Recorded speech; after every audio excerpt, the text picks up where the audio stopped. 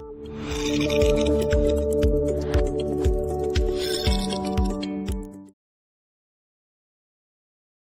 하나님의 말씀 살펴볼 말씀을 신약성경 마태복음 10장 16절 한 절만 대독하겠습니다.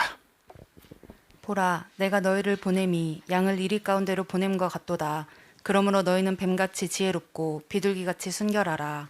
아멘. 아멘. 다 같이 아멘. 자, 예수님께서 하신 말씀 그대로를 설교 제목으로 삼았습니다. 두 번 예수님이 지금 내게 하시는 말씀이다 라고 이렇게 인식하고 두 번 같이 읽겠습니다. 시작. 뱀처럼 지혜롭고 비둘기같이 순결하라. 뱀처럼 지혜롭고 비둘기같이 순결하라. 아멘. 예수님께서 말씀을 전하시고 많은 제자들을 삼으셨죠. 성경에는 이제 대표적으로 12제자가 이름이 거론되어 있지만은 그때 당시 예수님 쫓는 제자들이 많이 있었습니다. 신약교회도 마찬가지고 많은 무리들이 따를 때 그 중에서 예수님께서 대표로 주님을 따르는 제자들 중에서 대표로 12 제자를 이렇게 부르시고 이제 두 명씩 짝을 지어서 이제 전도하러 보내시죠. 복음을 전하러 보내십니다. 가서 귀신도 쫓고 병든 자도 고쳐주고 그 표적을 나타내서 바로 예수 그리스도, 바로 그분이 메시아, 그러니까 예수님 입장에서는 내가 바로 그 메시아, 내가 바로 그 그리스도인 것을 그 능력, 그 표적을 통해서 증거해라. 가는 곳곳마다 평안을 빌고 회개하라. 천국이 가까웠다. 그렇게 복음을 온전히 전해라.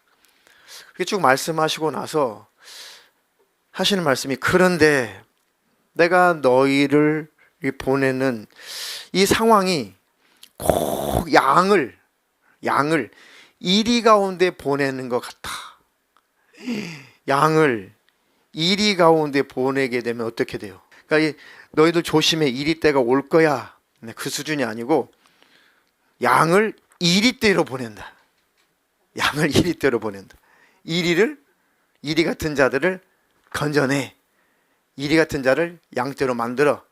그 얘기죠. 근데 이제 잡혀 먹을 수가 있단 말이에요. 양처럼 이렇게 생겼다. 선하게 생겼다. 양처럼.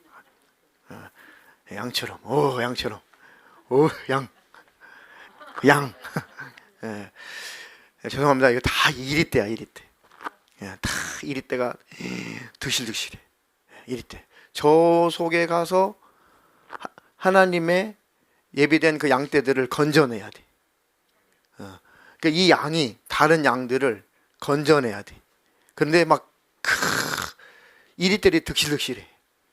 가서 이리때가 득실득실하지만 가가지고 내 양떼를 다 건져오너라 이렇게 보냈단 말이에요. 그리고 하시는 말씀이, 그러니까 너희는 뱀같이 지혜롭고 비둘기같이 순결해야 된다. 마치 이리떼들 가운데 양이 보내심을 받은 것 같아도 뱀처럼 지혜롭고 비둘기같이 순결하면 되는구나. 넉넉하게 이기는구나. 아멘. 뱀, 마귀라고도 하고 사탄이라고도 하고 이 마왕, 이 악한 영을 상징하는 것이 뱀이죠. 그러니까 이 악한 영이 얼마나 지혜로워요. 사탄이 얼마나 지혜롭습니까? 그 현란한 입으로 아담과 하와와 아담을 그 현란한 그 혀로 태초에 이미 창세기 보니까 이미 에덴 동산에서 잔인하게 죄짓게 만들고 잔인하게 타락시키고 잔인하게 하나님 배신하고 잔인하게 하나님과 관계를 능히 끊을 수 있는 지혜가, 우리를 멸망시킬 수 있는 지혜가 마귀에게 있단 말이에요. 사탄에게 있단 말입니다. 그래서 우리는 절대 하나님 안에 있어야지 하나님과 분리되면 안 돼. 하나님께서 선악과를 먹지 마. 먹으면 정령 죽어. 진짜 죽어. 그 말씀을 믿어야죠. 아멘. 그 하나님의 말씀을 가지고 그 말씀에 순종하는 것을 지혜라고 하는 것입니다. 지혜서 있죠. 잠언서, 전도서, 이런 지혜서는 한마디로 요약하면 하나님의 말씀대로 순복하며 사는 것이 하나님을 경외하는 것이고, 그 하나님을 경외하는 것이 지혜의 근본이다, 지식의 근본이다. 하나님의 그 말씀에 순종하면 죄를 지을 리가 없죠. 생명을 빼앗길 일이 없죠. 마귀에게 속할 일이 없죠. 영생 빼앗길 일이 없죠. 그게 지혜로운 것입니다. 제 생각대로, 내 지혜대로, 내 뜻대로 한번 해보겠습니다. 하나님은 그렇게 말씀하셨지만, 그러나 내가 내 방법대로 한번 해보겠습니다. 미련한 겁니다. 미련한 거예요. 하나님의 말씀은 절대적인 진리예요. 절대적인 선의 기준이고 절대적 의의 기준입니다. 그 말씀을 따라 살아갈 때 하나님으로도 보호가 있고 축복이 있습니다. 그러니까 뱀같이 지혜로워라. 아무리 뱀이, 마귀가, 사단이 너희들 아무리 미혹하고 아무리 유혹하고 아무리 너희들을 꿰일지라도, 어떤 말로 꿰일지라도 하나님의 말씀은 능히 그 지혜를 이긴다. 사단의 지혜를 하나님의 말씀은 능히 이기게 하신다. 그래서 하나님의 그 말씀을 항상 가지고 있어야 됩니다. 분별력이 있기를 주님의 이름으로 축원합니다. 그러니까 역시 뱀같이 지혜로워라. 그것은 뱀의 지혜를 능가하시는 하나님 안에 있으라. 그 말씀에 순복하라. 그럼 마귀가 아니 사탄이 하와의 입을 찢어가지고 선악과를 막 억지로 먹였나요? 이렇게? 너 하와, 너 이리 와. 너 선악과 먹을 거야, 안 먹을 거야? 안 먹는다고 이리 와. 입을 찢어가지고 막 선악과를 먹였나요? 아니요. 지가 가서 따먹게 만들었어요. 그게 사탄의 지혜입니다. 자기가 가서 따먹게 만들었어요. 아담도 여자의 말을 듣고, 대천하니 네 말 들어보니까 그럴 수도 있겠다 하고 인간들로 하여금 따먹게 하는 엄청난 지혜죠. 엄청난 지혜. 그렇게 뱀은 지혜롭다. 너희들을 능히 멸망시킬 수 있는 그 사악한 지혜를 가지고 있다. 그러니까 너희는 그 뱀같이 지혜로워야 돼. 그 뱀보다 지혜로우시는 분은 하나님밖에 없어요.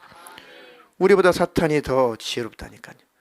그러니까 하나님, 나를 주님 안에 거하도록 내가 미끄러 흘러 떠내려가지 않게 해주세요. 하나님의 말씀의 지혜로 나를 채워주세요. 늘 말씀을 상고하고 기도하기를 즐겨하고 예배하기를 즐겨하는 것이 지혜로운 삶이에요. 아멘. 비둘기같이 순결하라. 이것은 매일매일 성결하라. 이스라엘 백성들이 매일매일 하나님 앞에 범법했을 때, 잘못했을 때, 집비둘기든 집에서 비둘기를 키우지 않거든 산에 가서 산비둘기라도 쉽게 잡아올 수 있는 산비둘기를 잡아가지고 하나님 앞에 회개의 제사, 용서의 제사를 드려서 그때마다 하나님과 너희 사이의 죄를 없애버려라. 하나님과 너희의 사이가 항상 순결하게 해라. 순전하게 해라. 깨끗하게 해라. 정결하게 해라. 그 저주가 틈을 타고 들어오지 못하게 해라.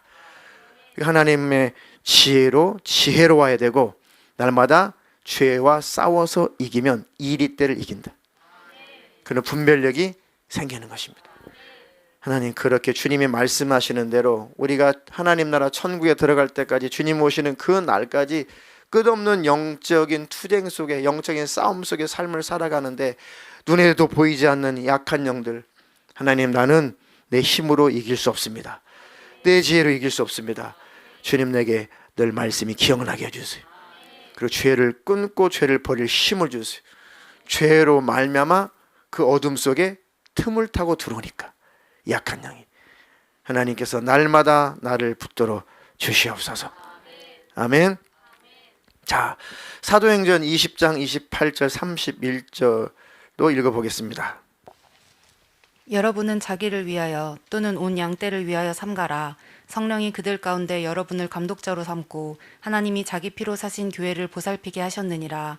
내가 떠난 후에 사나운 이리가 여러분에게 들어와서 그 양떼를 아끼지 아니하며, 또한 여러분 중에서도 제자들을 끌어 자기를 따르게 하려고 어그러진 말을 하는 사람들이 일어날 줄을 내가 아노라. 그러므로 여러분이 일깨어 내가 3년이나 밤낮 쉬지 않고 눈물로 각 사람을 훈계하던 것을 기억하라. 아멘. 사도 바울이 1차 전도행 혹은 선교행 2차, 3차, 어떤 학자들은 뭐 4차까지 선교행을 했다고 해요. 그거는 뭐 중요한 게 아니고 어쨌든 주로 바울이 예루살렘으로부터 뭐 안디옥, 그다음에 이제 뭐 유럽 지역, 특히 유럽 지역 로마까지 진출하면서 목숨을 걸고 곳곳에 복음을 전하고 바울의 전도를 통해서 교회가 많이 세워지고 그랬습니다.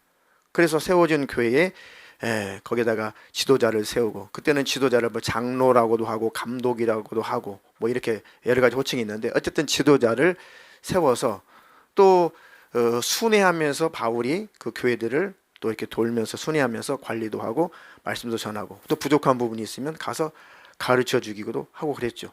그리고 이제 바울이 유럽 지역에서 일정한 사역이 끝난 다음에 이제 그렇게 핍박을 많이 받았던 예루살렘으로 또 가야 된다는 감동이 와요. 그러니까 많이 말리죠. 그때 예루살렘에서 복음 전하다가 죽을 뻔했는데 왜 또 그곳에 가려고 합니까? 선생님, 바울 사도님, 또 왜 그곳에 그 사지에 또 일부러 가려고 합니까? 아니, 거기서 핍박과 환란이 나 기다린다고 하지만은 그럴수록 나는 목숨 걸고 가서 그곳에 그들을 깨워야 돼. 복음을 전해야 돼. 그런데 내가 이곳을 떠나서 내가 다른 곳으로 이동을 하면은 내가 이 자리를 빈 사이에 꼭 이 원수가 나타날 텐데, 자, 내가 떠난 후에 사나운 이리가 여러분들에게 들어와서 그 양떼를 아끼지 아니하며, 또한 여러분 중에서도 제자들을 끌어 자기를 따르게 하려고 어그러진 말을 하는 사람들이 일어날 줄을 내가 아노라. 그러니까 미리 사도 바울이 그것을 예견한 거죠. 성령으로 알 뿐만 아니라 많은 경험을 통해서 내가 지도자로서 이 자리를 비우고 나면 훌륭한 다른 지도자를 세운다고 할지라도 내가 없는 그 틈에 이리 때가 막 쫓아와 가지고 주님이 피로 값주고 사신 양떼를 막 아끼지 않고 막 물어뜯고 이렇게 영적으로 사냥하고 죽이려고 할 것이다. 그것을 내가 경험했고 그 일이 너희들에게도 일어날 줄 내가 미리 알고 있다. 미리 하나님이 가르쳐줬다. 그러니까 일깨어서 근신하고 깨어서 내가 3년이나 밤낮 쉬지 않고 눈물로 각 사람을 훈계하던 것을 기억해라. 내가 전한 그 말씀을 잘 기억하고 누가 어떤 말로 미혹하든지 간에 미혹을 받지 말아라. 아멘. 하나님의 말씀은 그래서 능력인 거예요. 아멘. 그래서 지도자들에게, 지도자 여러분들도 자기 영혼을 위해서 하나님께서 맡겨주신 그 양떼들 위해서 늘 삼가십시오. 늘 죄를 이기고 늘 세속을 이기고 늘 근신하고 깨어 있으십시오.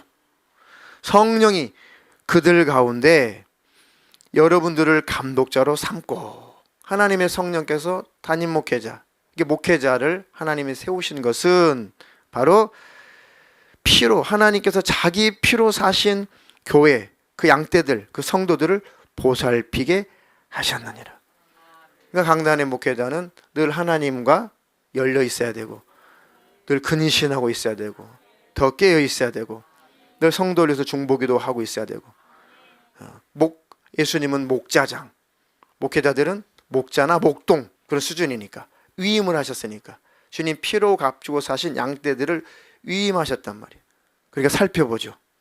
영적으로 어디가 병든 데가 있나, 영적으로 이리 때가 찾아와서 물어가나. 그래서 성경에 가만히 살펴보면은 하나님께서 용서하지 않는 두 가지가 있어요. 제가 발견하기로는 두 가지가 있어요. 첫 번째, 교회를 허무는 자, 용서하지 않아요. 왜요? 교회 양떼들을 피로 값주고 사셨기 때문에 교회를 허무는 자는 성경에 용서치 않았어요. 공동체를 허무는 자 용서치 않았어요. 또 한 가지는 하나님을 모독하는 자, 그건 하나님께서 용서치 않았어요. 징계가 있습니다.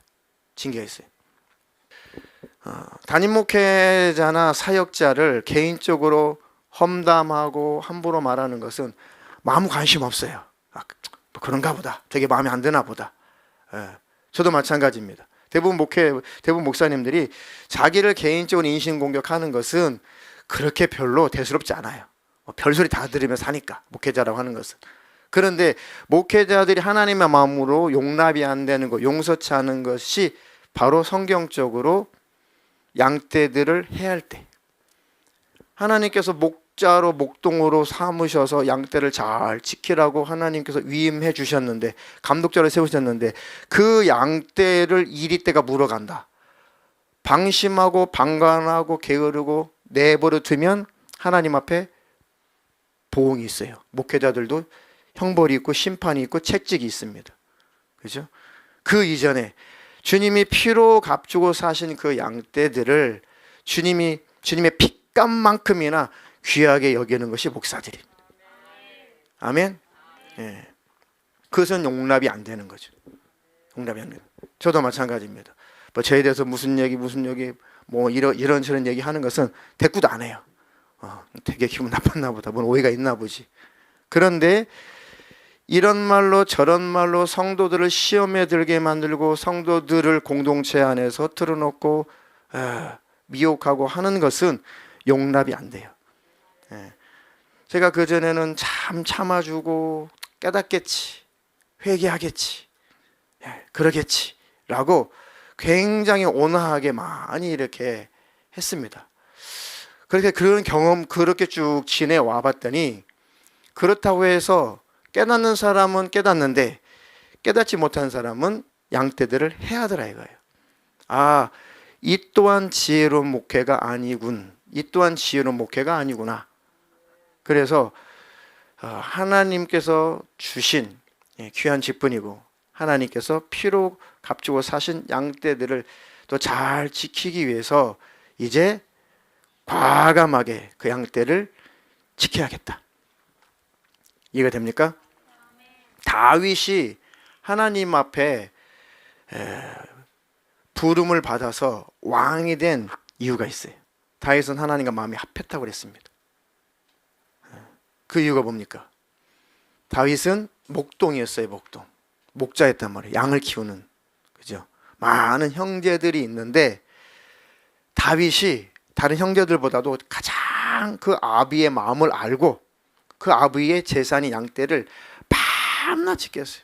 하루길 이틀길 양들이 잘 뜯어먹는 풀만 있다면 집에서 따라서 하루길이든 이틀이든 뭐 사흘길이든 뭐 다반사죠.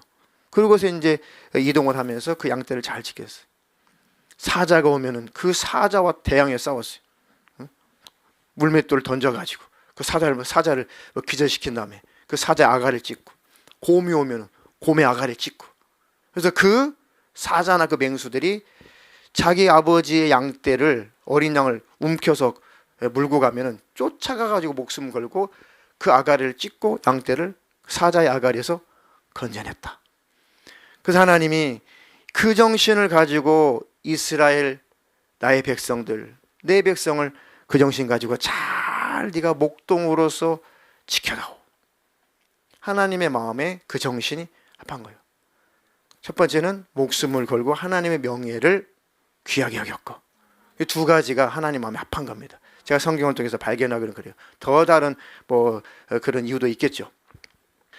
그런데 하나님께서 이 다윗에게 징계할 때는 그 양을 잘 돌보라고 맡겨줬더니 양을 해칠 때, 그 양을 이용해 먹을 때, 그 양떼들을 등에 업고 자기를 높일 때, 그때는 다윗에게 하나님께서 가차없이 징계를 내렸습니다. 그죠? 밧세바를 범하고 그 밧세바의 그 남편 그 우리아를 고의적으로 죽여버리고, 아니 이놈이 내 양떼를 좀 잘 돌봐주라고 그랬더니 내 양떼를 다 해치고 있네. 그래서 하나님께서 선지자를 보내가지고 호되게 야단을 쳤죠. 다윗이 위대한 것은 회개했다는 것입니다. 하나님께서 그 다윗 바로 폐위시키고 또 왕을 세울 수가 있어요. 사울도 폐위시켜버리고 다윗을 하나님이 세우셨어요. 근데 다윗이 잘하다가 이놈이 양떼를 맡겨줬더니 양을 해치고 있네, 양을 잡아먹고 있네. 그래가지고 하나님께서 선지자를 보냈습니다. 선지자가 강력하게 회개를 촉구할 때 다윗이 그 말씀을, 하나님의 말씀을 듣고 무릎을 꿇었어요. 회개했습니다. 시편에 그 베개가 적실 만큼, 침상이 적실 만큼 하나님 앞에 이 가슴을 찢고 통에 자복했어요. 그래서 보응은 있었지만 하나님께서 그 왕의 신분을, 그 왕좌에서 계속 하나님이 사용하셨어요. 그 일을 하나님의 양떼들, 이스라엘 백성들을 잘 이끌어갈 수 있도록 하나님께서 또 하나님 용서하시고 허락하셨습니다. 그러다가 또 다윗이 또 실수해요.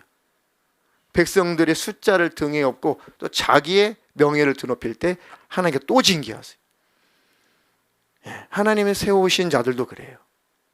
누구든지 하나님의 양떼를 해야 하는 것은 징계가 있습니다. 그 하나님이 양떼들을 위해서 용서치 않아요. 여러분들이 조심하셔서 공동체 안에서 하나가 되시고 하나님의 일이 잘 되어 있는 일에 쓰임 받아야지, 하나님 나라가 잘 확장되고 건설되는 일에 쓰임 받아야지 그 공동체 흩어놓는 일을 하면은 안 됩니다. 그건 사단적인 죄예요. 하나님이 가장 싫어하는 죄입니다.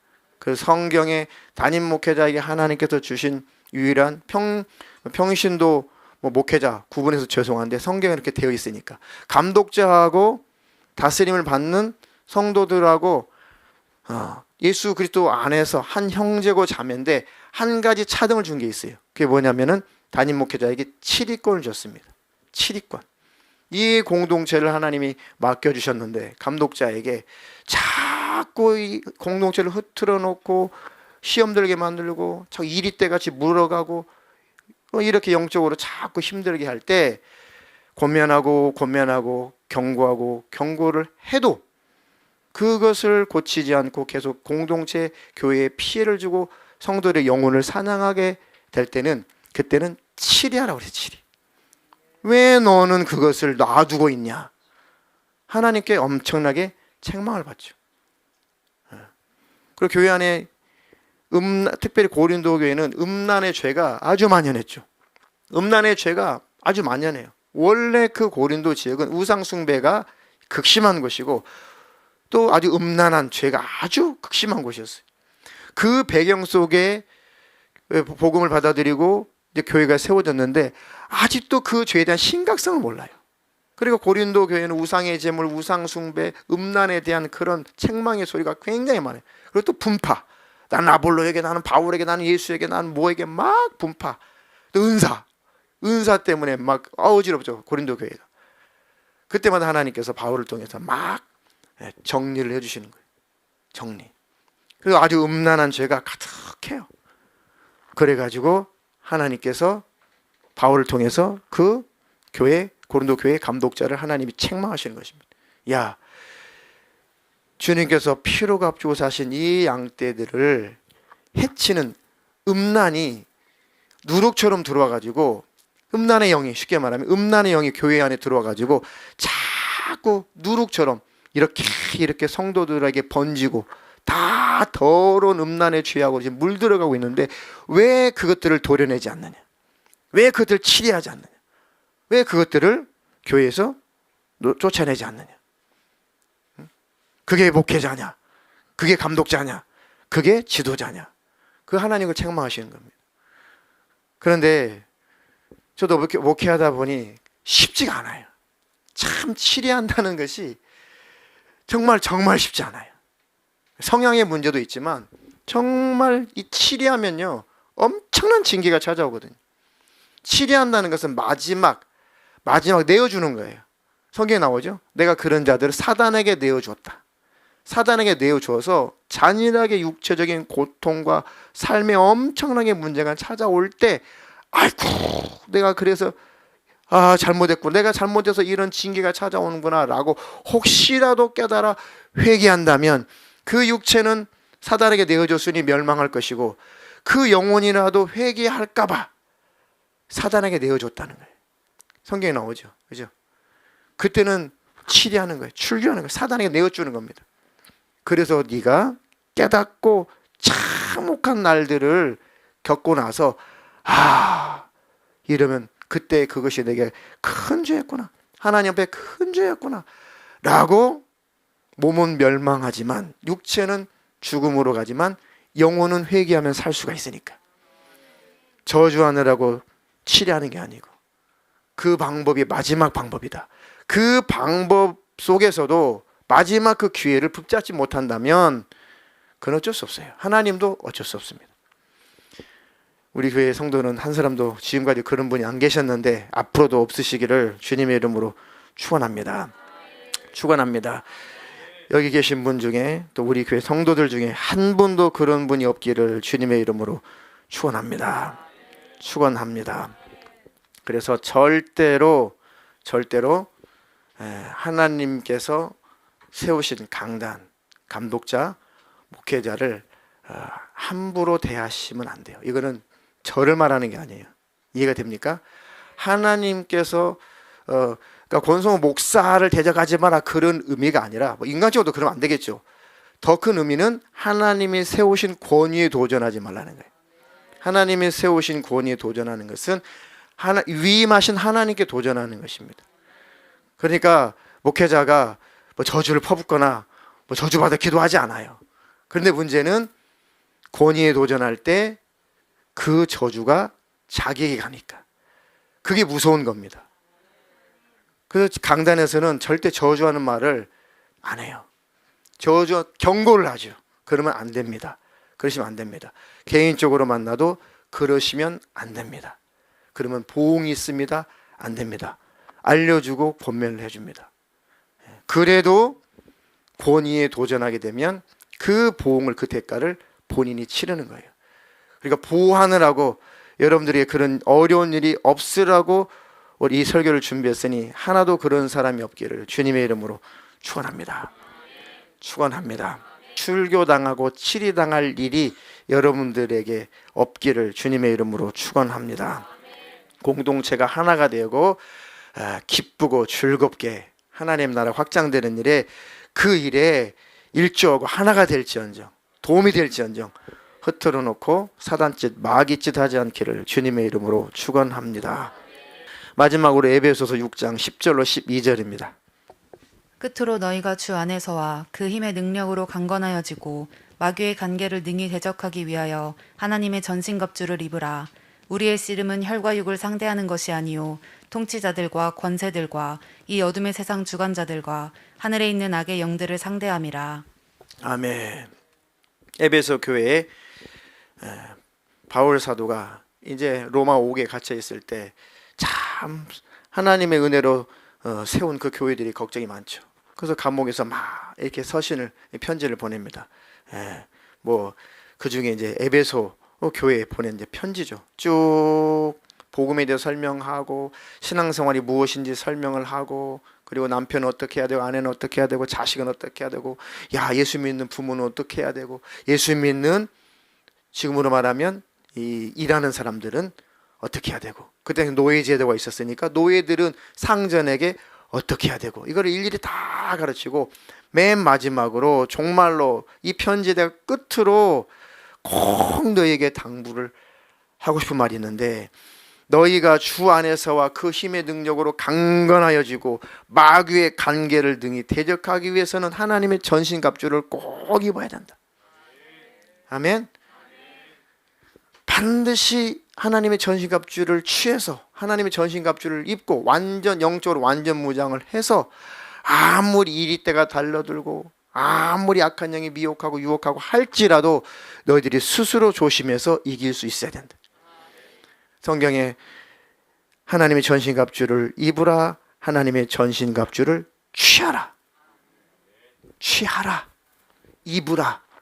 하나님 내가 입혀줄게, 내가 취하게 해줄게, 그렇게 기록되지 않았어요. 내가 줄 터이니 너희들이 취하라. 이해가 됩니까? 전신갑주를 입는 행위는 내가 하는 거예요. 예수를 믿는 건 내가 믿어야 돼요. 하나님이 믿어줘서 내가 천국 가는 게 아니고 내가 믿어야 돼요. 내 선택, 내 의지가 그렇게 중요한 것입니다.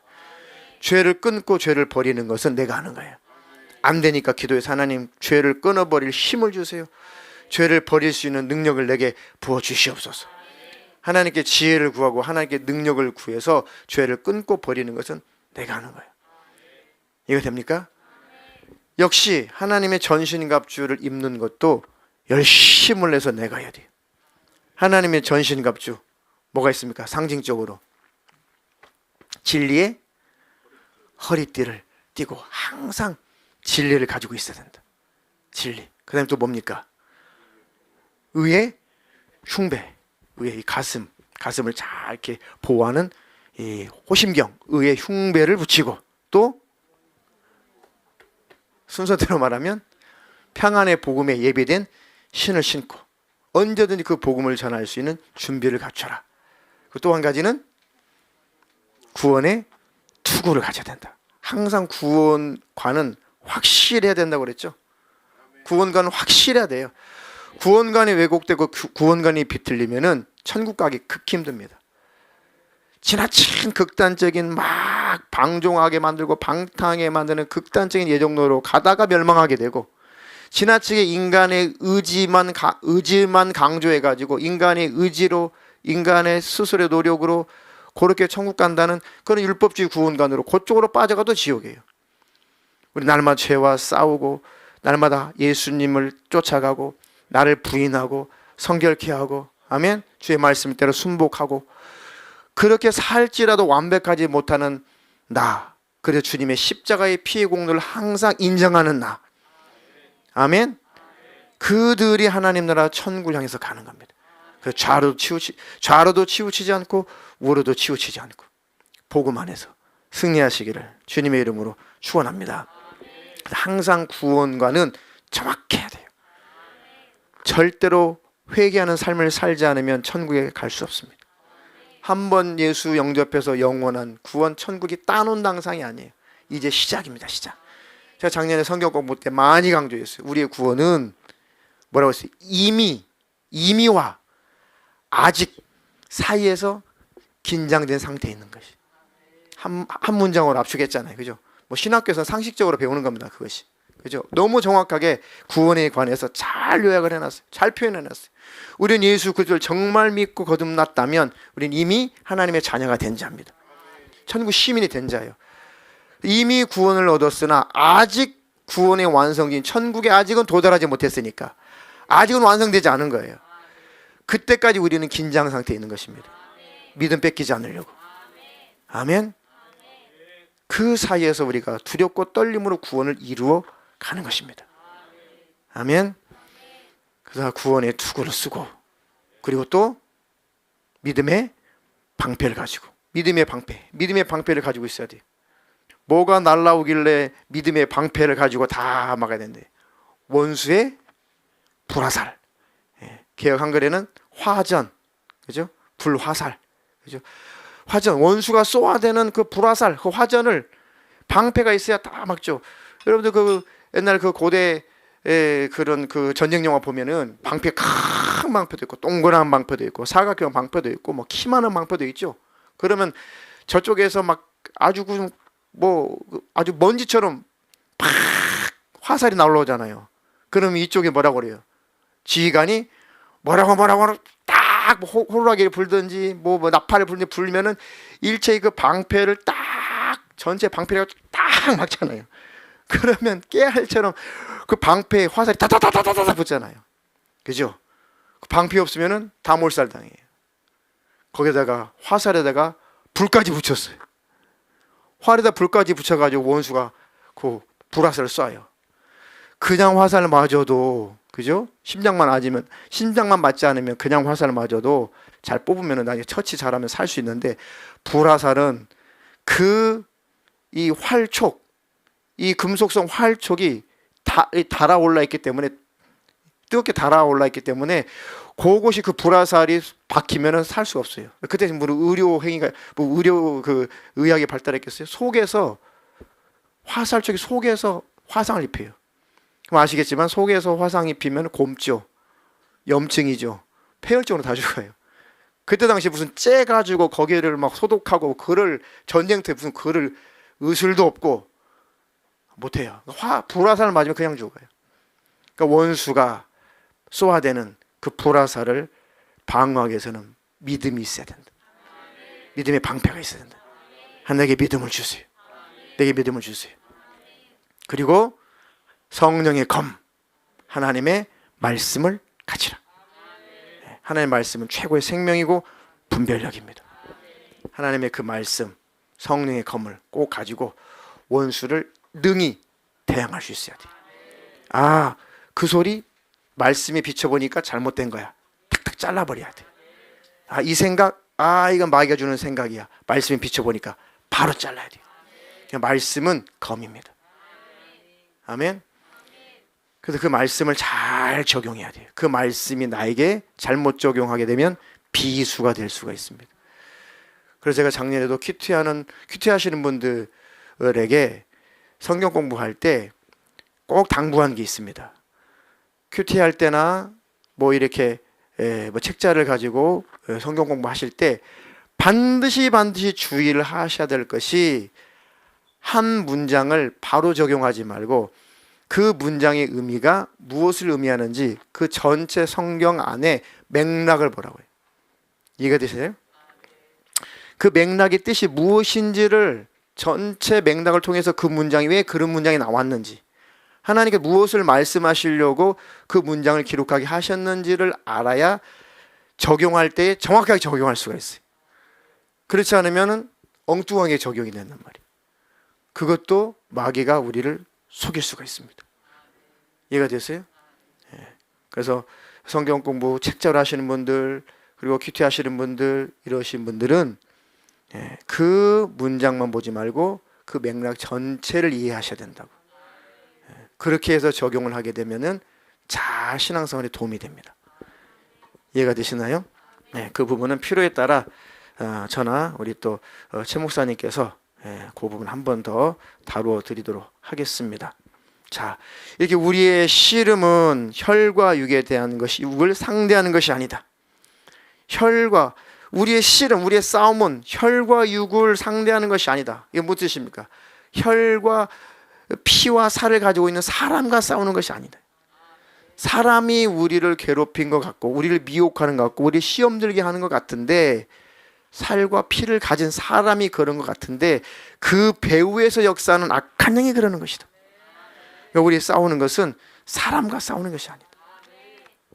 그리고 이 세상에 악한 영의 지배를 받은 모든 통치자가 그렇다는 게 아니에요. 악한 영의 지배를 받은 통치자들, 악한 영의 지배를 받는 권세자들, 이 어둠의 세상 주관자들, 하늘에 있는 악의 영들, 이들과 우리는 상대하고 있는 것이다. 아멘. 그러니까 하나님의 전신갑주를 취하라. 아멘. 마지막 때가 되면 될수록 더욱더 근신하셔야 되고 깨어 있으셔야 됩니다. 아멘. 하늘빛 사랑교회 하나님께서 세우셨고, 하나님께서 여러분들을 부르셨고, 감독자로 담임 목회자를 세우셨고, 하나님의 나라가 확장되는 일에 우리를 부르셔서 하나님 우리를 사용하고 계십니다. 이 안에서, 공동체 안에서 하나님의 뜻을 다 이루시고, 땅에서도 복을 받으시고, 하나님 나라 천국에서도 면류관을 받으시고 상급이 있으시기를 주님의 이름으로 축원합니다. 축원합니다. 저는 까면 안 되지만 말씀을 준비하면서 사도 바울이 어떤 심정으로 이 편지를 했는지 조금은 이해가 가는 것 같아요. 여러분이 일깨어 내가 3년이나 밤낮 쉬지 않고 눈물로 각 사람을 훈계하던 것을 좀 기억해라. 이해가 되시나요?